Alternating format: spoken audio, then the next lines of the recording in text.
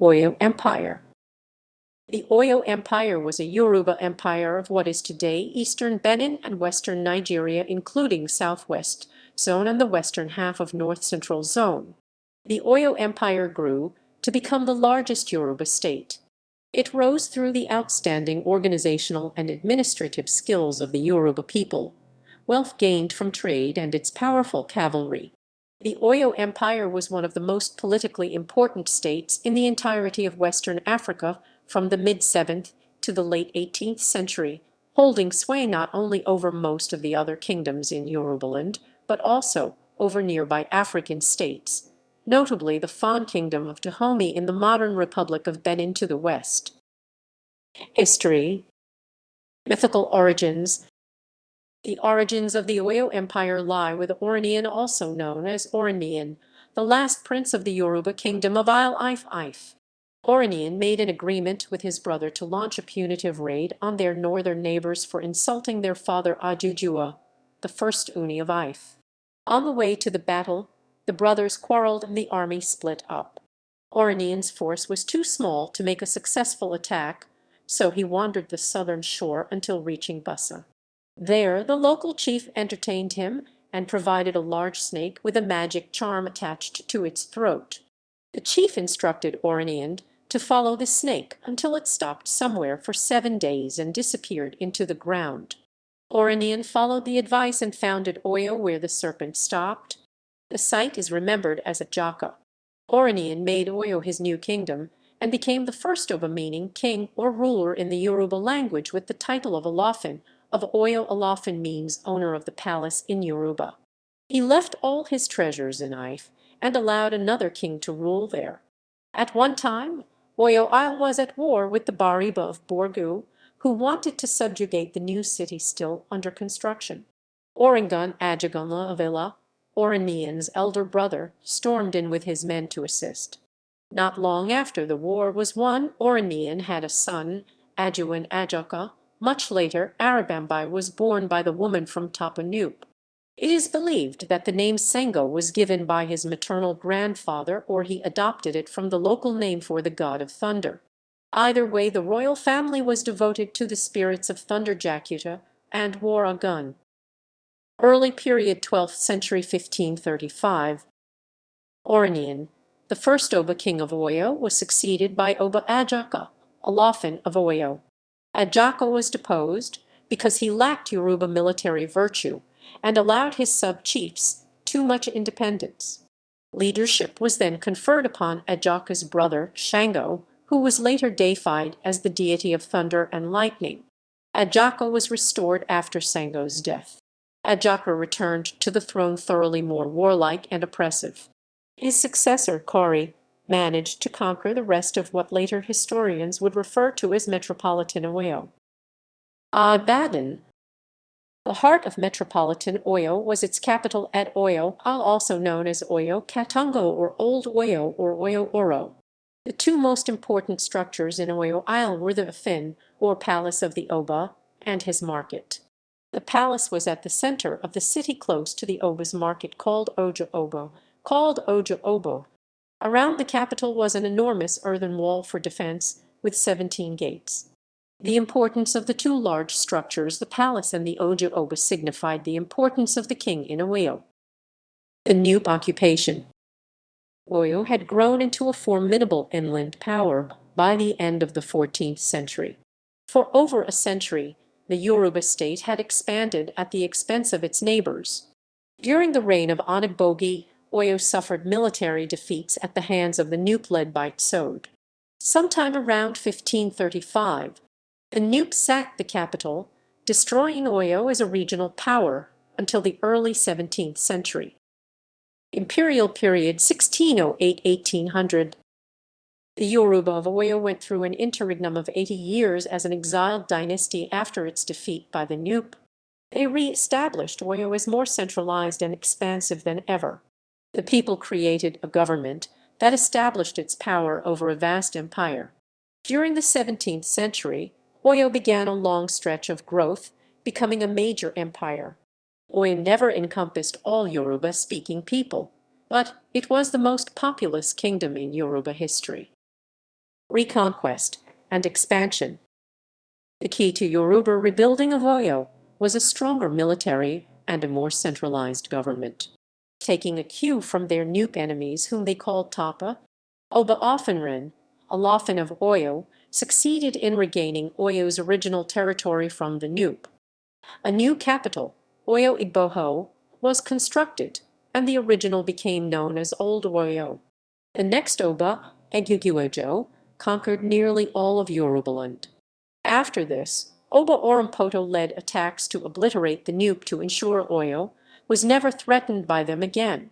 During the reign of Oba Ajiboye, he held the first Bira festival, an event to celebrate peace in the kingdom. Celebrated regularly, it would retain much significance among the Yoruba long after the fall of Oyo. Under his successor, Abipa, the Yoruba repopulated Oyo Isle and rebuilt the original capital. Despite a failed attempt to conquer the Benin Empire sometime between 1578 and 1608, Oyo continued to expand. The Yoruba allowed autonomy to the southeast of metropolitan Oyo, where the non-Yoruba areas could act as a buffer between Oyo and Imperial Benin. By the end of the 16th century, the Yu and Aja states of modern Benin were paying tribute to Oyo. Dahomey Wars. The reinvigorated Oyo Empire began raiding southward as early as 1682. By the end of its military expansion, Oyo's borders would reach to the coast some 320 kilometers, 200 miles southwest of its capital. It met little serious opposition until the early 18th century. In 1728, the Oyo Empire invaded the Kingdom of Dahomey in a major campaign of its cavalry. Dahomey warriors, on the other hand, had no cavalry but many firearms. Their gunshots scared the Oyo cavalry horses and prevented their charging. Dahomey's army also built fortifications such as trenches, which forced the Oyo army to fight as infantry. The battle lasted 4 days, but the Yoruba were eventually victorious after reinforcements arrived. Dahomey was forced to pay tribute to Oyo. The Yoruba invaded Dahomey 7 times before finally subjugating the small kingdom in 1748. Later conquest with its cavalry, Oyo campaigned successfully in conquest and suppression over great distances. The Oyo army was able to attack defensive fortifications, but it was harder to supply an army, and they withdrew when supplies ran out. The Oyo did not use guns in its major conquests. The military waited until the 19th century to adopt them. In 1764, a joint Akan-Akyem-Dahomey Oyo force defeated an Asante army. The alliance victory defined borders between the neighboring states. Oyo led a successful campaign into Mahai territory north of Dahomey in the late 18th century. The Yoruba also used the forces of their tributaries. For instance, they accomplished a 1784 naval blockade of Badagry with an Oyo Dahomey Lagos force. Organization. At the beginning, the people were concentrated in metropolitan Oyo. With imperial expansion, Oyo reorganized to better manage its vast holdings within and outside of Yorubaland. It was divided into 4 layers defined by relation to the core of the empire. These layers were metropolitan Oyo, southern Yorubaland, the Igbado corridor, and Ajaland. Metropolitan Oyo corresponded. This was the hub of the empire, where the Yoruba spoke the Oyo dialect. Metropolitan Oyo was divided into 6 provinces, with 3 on the west side of the Ogun River and 3 to the river's east. Each province was supervised by a governor appointed directly by the Olofin of Oyo. Yorubaland, the second layer of the empire, was composed of the towns closest to Oyo Isle, which were recognized as brothers. This area was south of metropolitan Oyo, and its Yoruba inhabitants spoke different dialects from that of Oyo. These tributary states were led by their own rulers, titled Obas, who were confirmed by the Olofin of Oyo. Igbado Corridor. The empire's third layer was the Igbado Corridor southwest of Yorubaland. This area was inhabited by the Egba and Igbado and guaranteed Oyo's trade with the coast. The Egba and Igbado tributaries were allowed, like their Yoruba counterparts, to rule themselves. They were, however, supervised by Agel. These were agents appointed by the Olofin of Oyo to oversee his interest and monitor commerce. The lead representative of Oyo in the corridor was the Alu, ruler of the town of Ilaro. Agiland was the last layer added to the empire. It was the most restive and distant, and kept in line with threats of expeditions against it. This territory extended from the non-Yoruba areas west of the Igbado corridor far into U-controlled territory in modern Togo. This area, like all tributary states, was allowed a fair degree of autonomy as long as taxes were paid, the orders from Oyo were strictly followed, and access to local markets was provided to Oyo merchants. The Oyo often demanded tribute in slaves. The tributary chiefs sometimes made war on other peoples to capture slaves for this purpose. Oyo was known to punish disobedience by wholesale slaughter of the erring community, as it accomplished in Alade in 1698. Political structure. The Oyo Empire developed a highly sophisticated political structure to govern its territorial domains. Scholars have not determined how much of this structure existed prior to the Nuke invasion. After re-emerging from exile in the early 17th century, Oyo took on a noticeably more militant character. The influence of an aggressive Yoruba culture is exemplified in the standards placed on the Oba king and the roles of his council. The Olofin of Oyo, the Oba meaning king in the Yoruba language at Oyo, who was referred to as the Olofin of Oyo. Olofin means owner of the palace in Yoruba, was the head of the empire and supreme overlord of the people. He was responsible for keeping tributaries safe from attack, settling internal quarrels between sub-rulers, and mediating between those sub-rulers and their people. The Olofin of Oyo was also expected to give his subordinates honors and presents. In return, all sub-rulers had to pay homage to the Oba and renew their allegiance at annual ceremonies. The most important of these was the Bira festival, marking the acclamation of successful rule by the Olofin. After the Bira festival, peace in Yorubaland was supposed to last for 3 years. The king could not be disposed of but could be compelled to commit suicide if he was no longer wanted. This was done by sending Basharam, the prime minister, to present either an empty calabash or a dish of parrot's eggs to him and pass a sentence of rejection, known as Awan Eniyanku, i.e., the people reject you, the world rejects you, and the gods reject you also. According to tradition, the Olofin was expected to commit ritual suicide thereafter. Selection of the Olofin. The Oyo Empire was not a purely hereditary monarchy, nor was it an absolute one. The Oyo Messi selected the Olofin.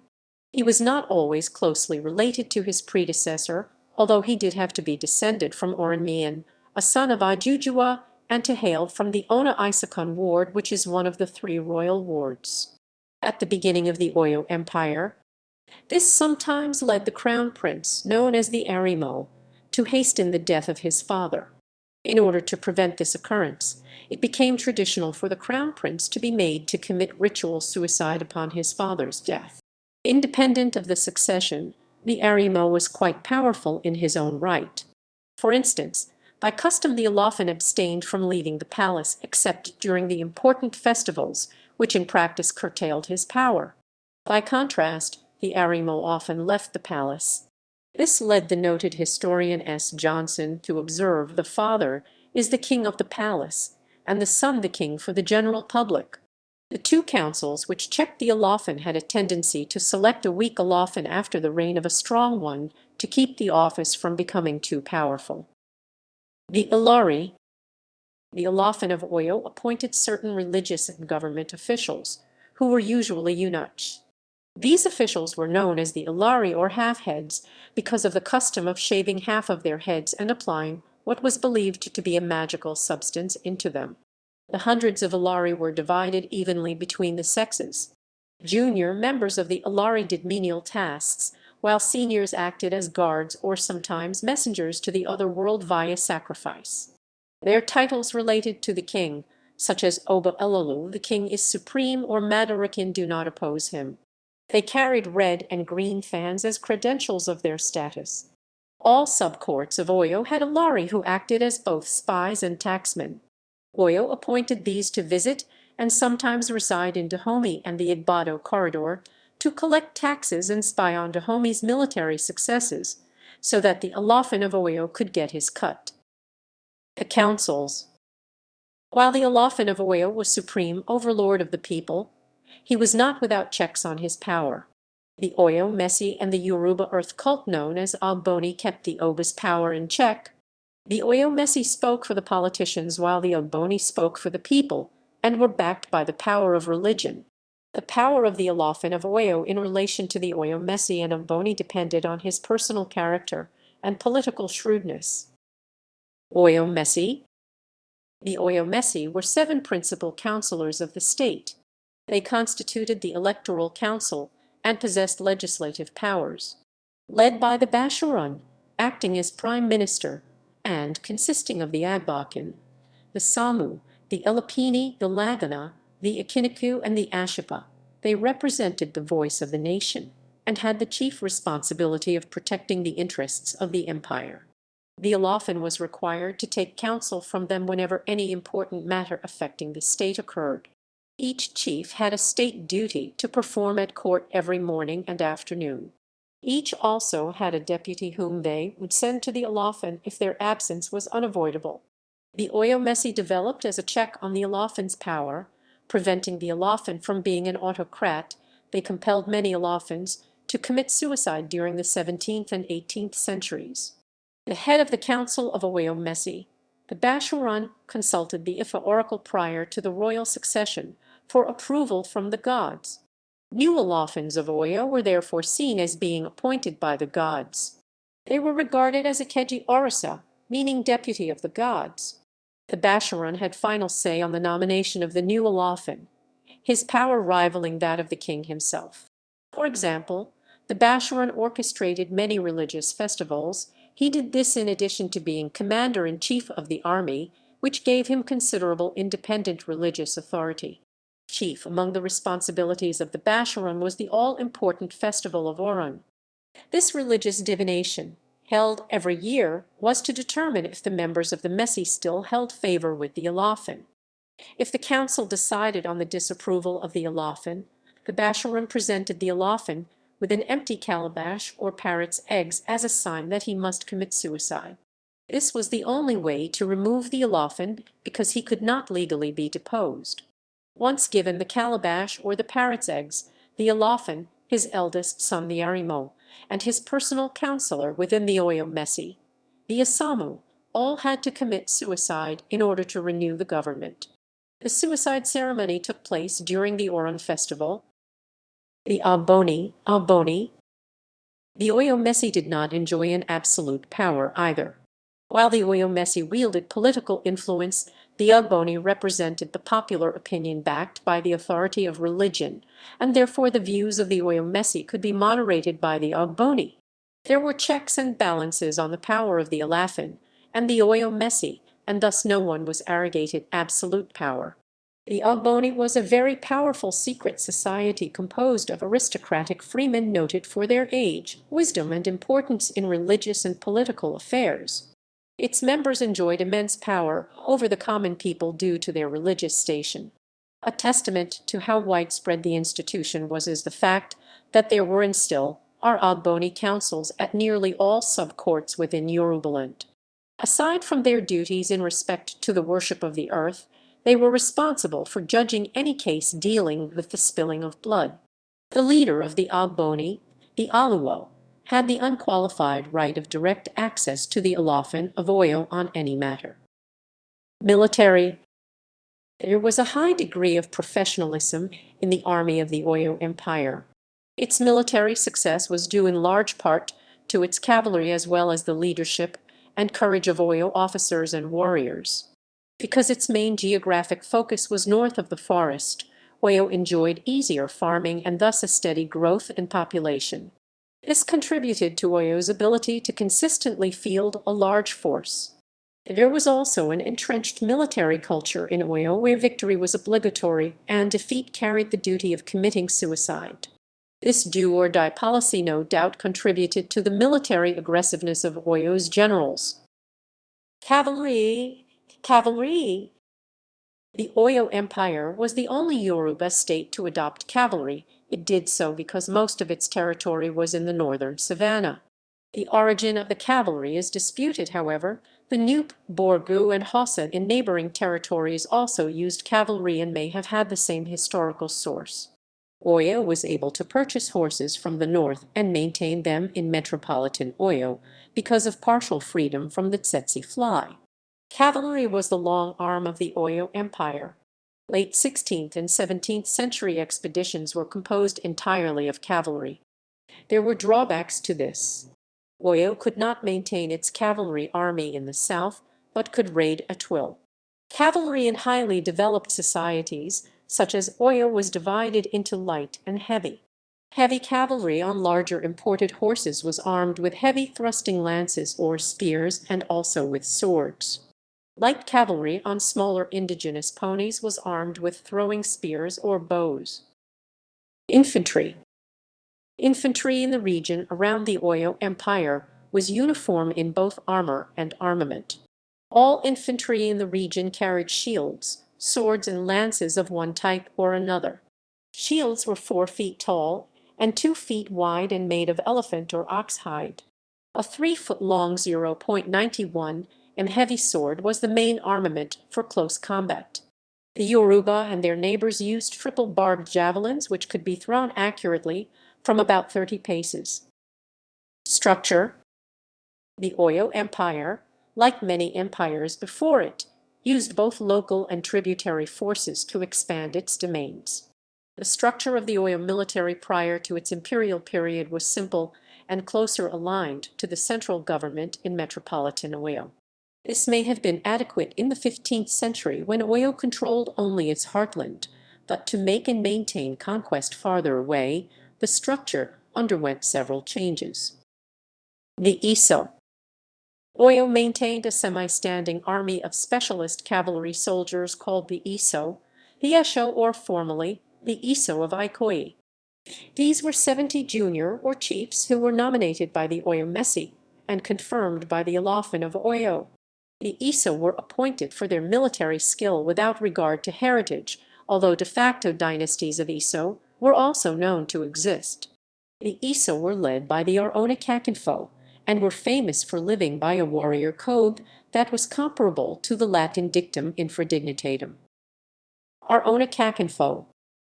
After Oyo's return from exile, the post of Arona Kakanfo was established as the supreme military commander.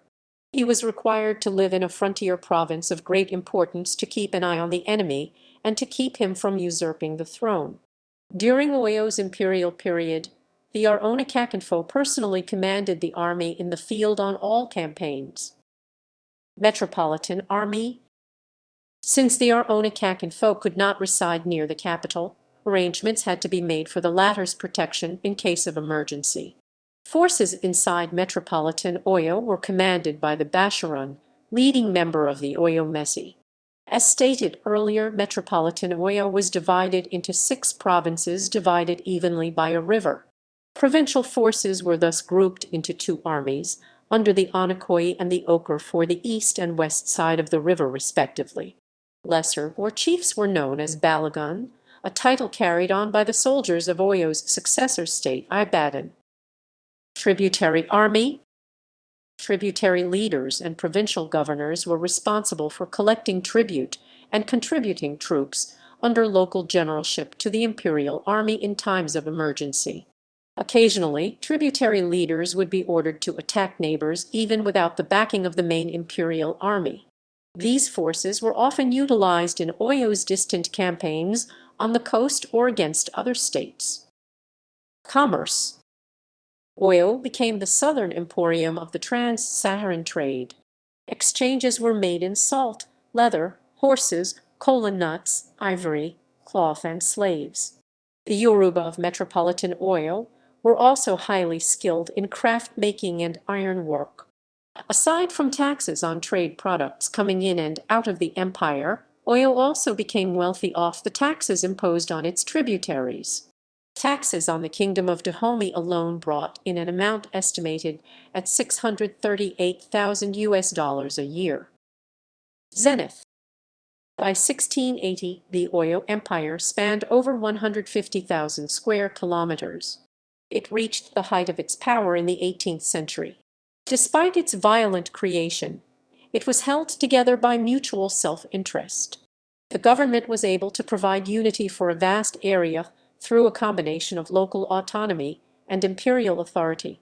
Unlike the great Savannah empires, of which Oyo may not be called a successor since it was a successor of Ife, it is known that at least some Muslim officials were kept in metropolitan Oyo, and men capable of writing and calculating in Arabic were reported by French traders in 1787. Decline.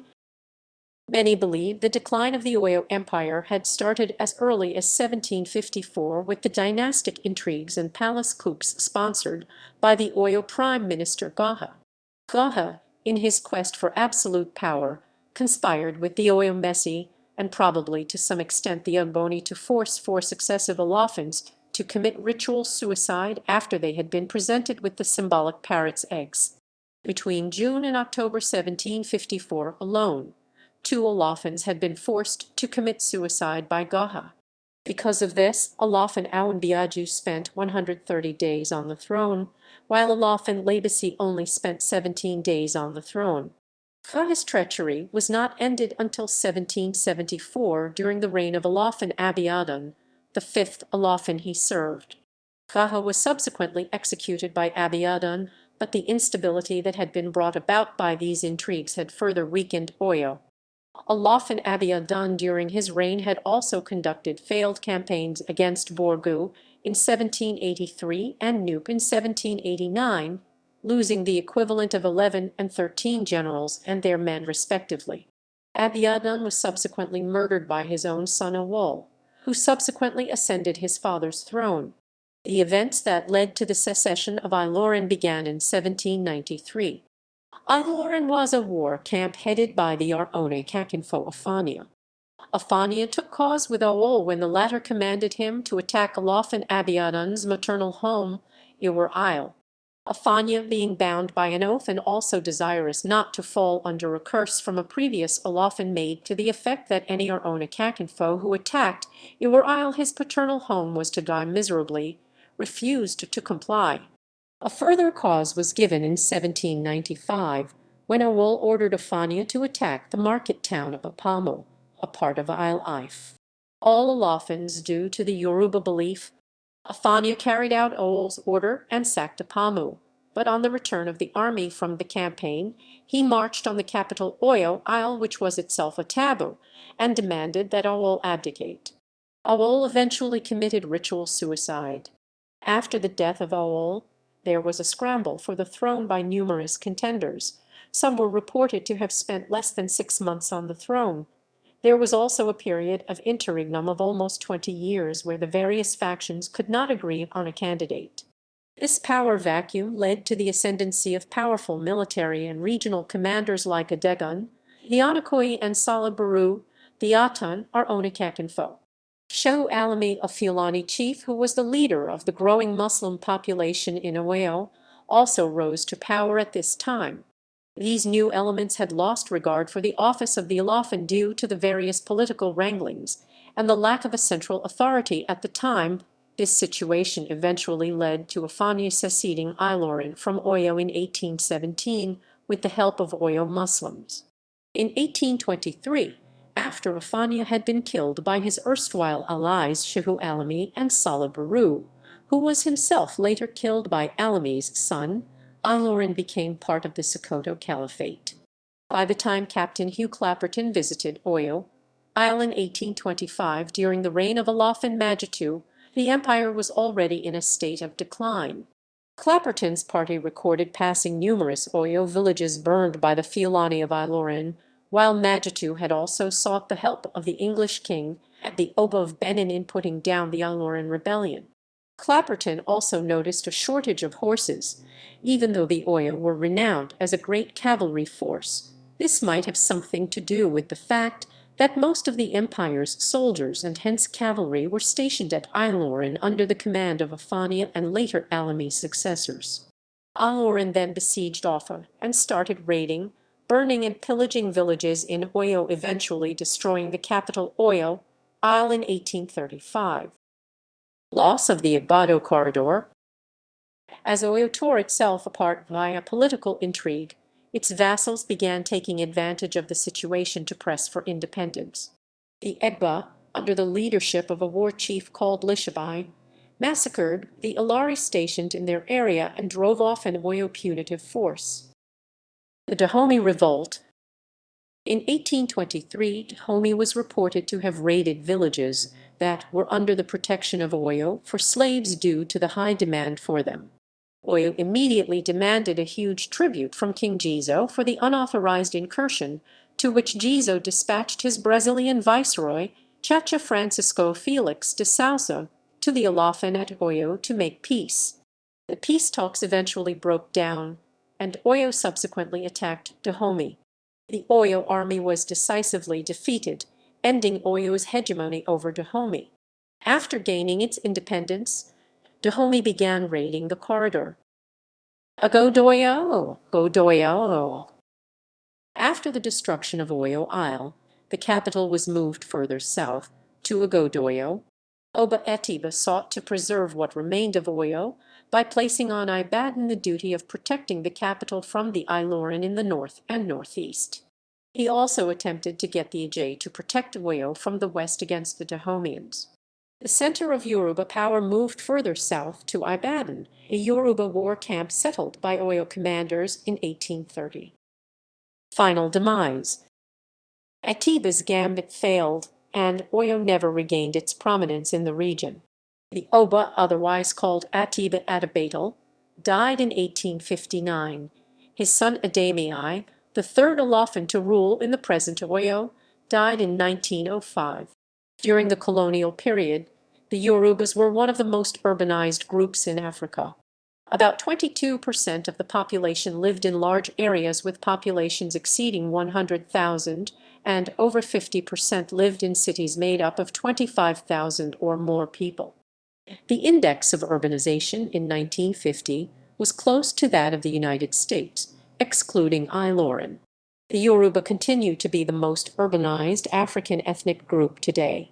Prominent contemporary cities include Oyo, Ibadan, Osogbo, and Agbomoso, which are some of the major cities that flourished after Old Oyo's collapse. A remnant of the monarchy continues to exist as one of the traditional states of contemporary Nigeria.